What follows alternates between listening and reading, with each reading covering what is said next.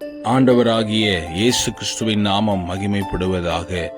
இந்த நாளுக்கான தேவனுடைய வார்த்தை ஏசாயாவின் புஸ்தகம் 54 அதிகாரம் 15 வசனம் இப்படியாய் சொல்லுகிறது: எவர்கள் உனக்கு விரோதமாய் கூடுகிறார்களோ அவர்கள் உன் பட்சத்தில் வருவார்கள். அருமையான இந்த வார்த்தை நமக்கு ஒரு காரியத்தை கற்றுக் கொடுக்கிறது. நாம் வாழ்கிற வாழ்க்கையில் அநேகர் நமக்கு விரோதமாய் மாறுகிறார்கள். நம்ம நம்பினவர்கள், நம் எதிர்பார்த்திருந்தவர்கள் விரோதமாய் மாறுகிறார்கள். அப்படிப்பட்ட உலகில் தான் நாம் வாழ்ந்து கொண்டிருக்கிறோம். ஆனால் இந்த வார்த்தையை கேட்கிற உங்களை பார்த்து கர்த்தருடைய வார்த்தை வருகிறது: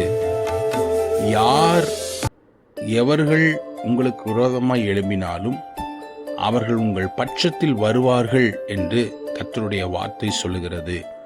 இந்த வார்த்தையின்படி கர்த்தர் உங்களை ஆசீர்வதிப்பாராக. ஆமென்.